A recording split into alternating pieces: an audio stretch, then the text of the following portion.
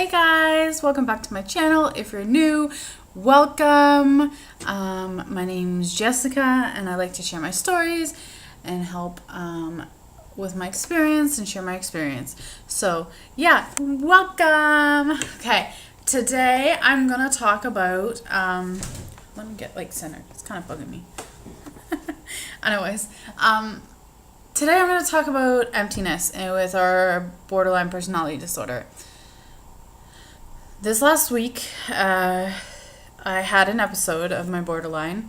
I was triggered, and I did go into like a depression for like 5 days. I was sad,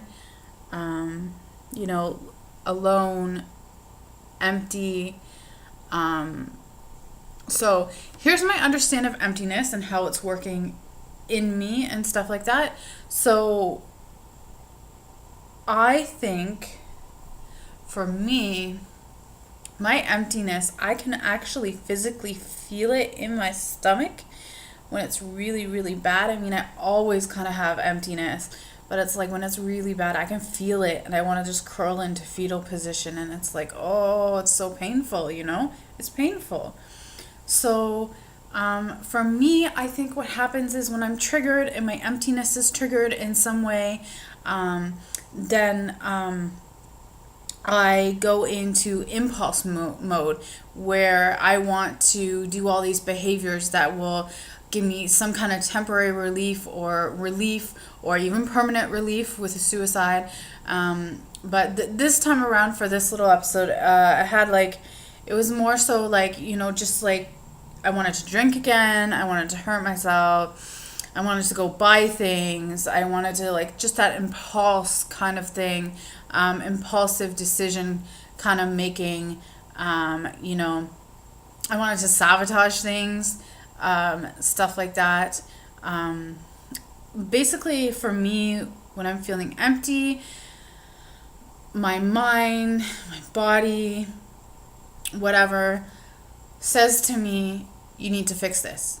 You need to fix this. You need to fill this emptiness. You need to fix it now. Right now, you have to fix it.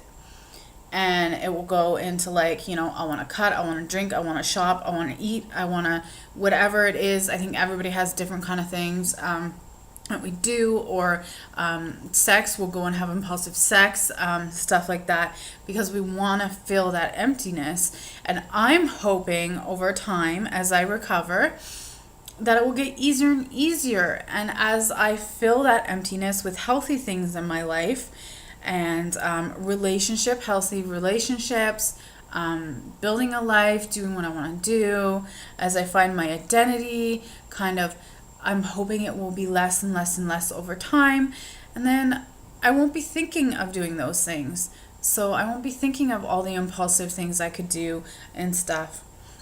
So when I'm sitting in the emptiness, it's that's directly what's going on in my mind. It's taken me a while to it's taken me a good year to start catching patterns, but I'm always being aware and trying to catch patterns, anything like that, noticing triggers that are kind of repetitive, or any kind of cycles where the same thing's happening over and over, kind of because you want to break that.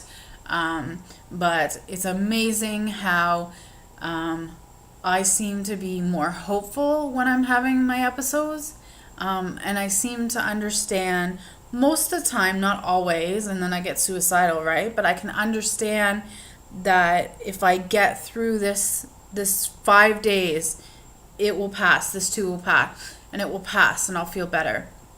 And I'll be able to experience life again and feel happy again, because I feel so unhappy, just this deep unhappiness sometimes, And so just basically over time, I hope it gets better and stuff.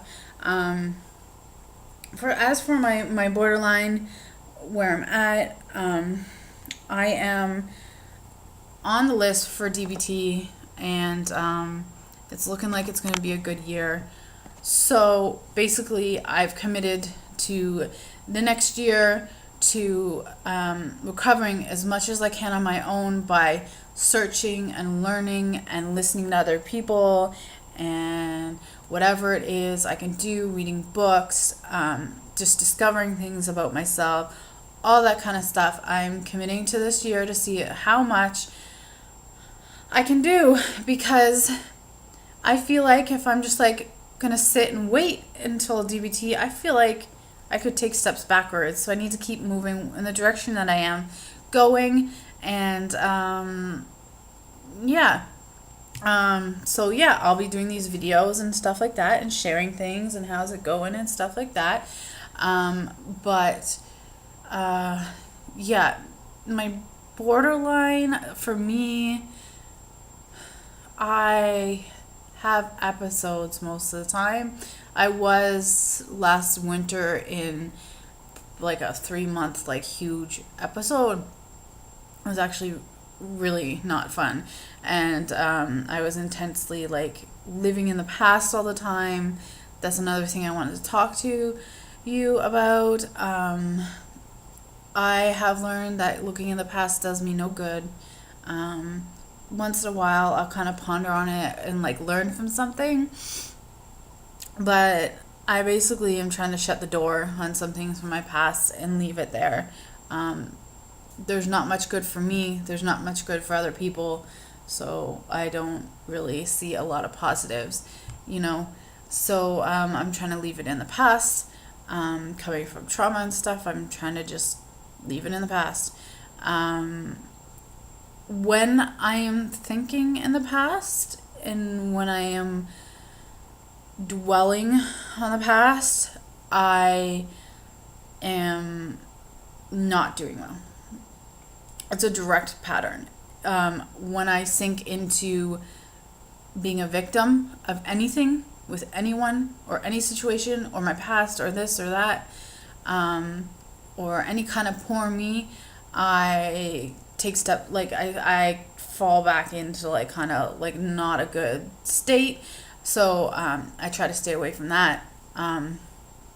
But yeah, I just wanted to talk about my emptiness and like where it's at and how like I actually feel it like right in my stomach right here, just below my chest, and it's just like almost like I want to curl into like a fetal position.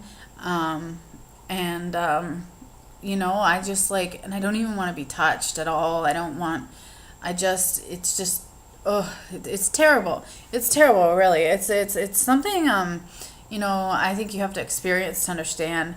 I believe everybody has some emptiness in them, you know, but I'm trying to learn the things that bring on the emptiness, the things that I would think about. Like, for instance, my best friend passed away, like 2.5 years ago. And if I dwell on it too much, I start to get that feeling, because I feel like then I start to remember and feel that I'm missing her. It's when I feel like I'm missing something that's like not good. Like it kind of never helps. Like, so I'm trying to like gather that and stuff over time and stuff like that. But anyways, guys, it's kind of a ramble. I have no idea. I wanted to talk about my emptiness in this episode that I had. I did get through it all right. It was not too bad. It was terrible to go through, but I didn't do impulsive behaviors. I did self-harm once, but that's okay. Like one thing at a time, you know? So anyways, I hope you guys are having a good day. Put a thumbs up for surviving today. I'm a survivor today. Put a thumbs up. And yeah, so put some comments below and subscribe. Bye, guys.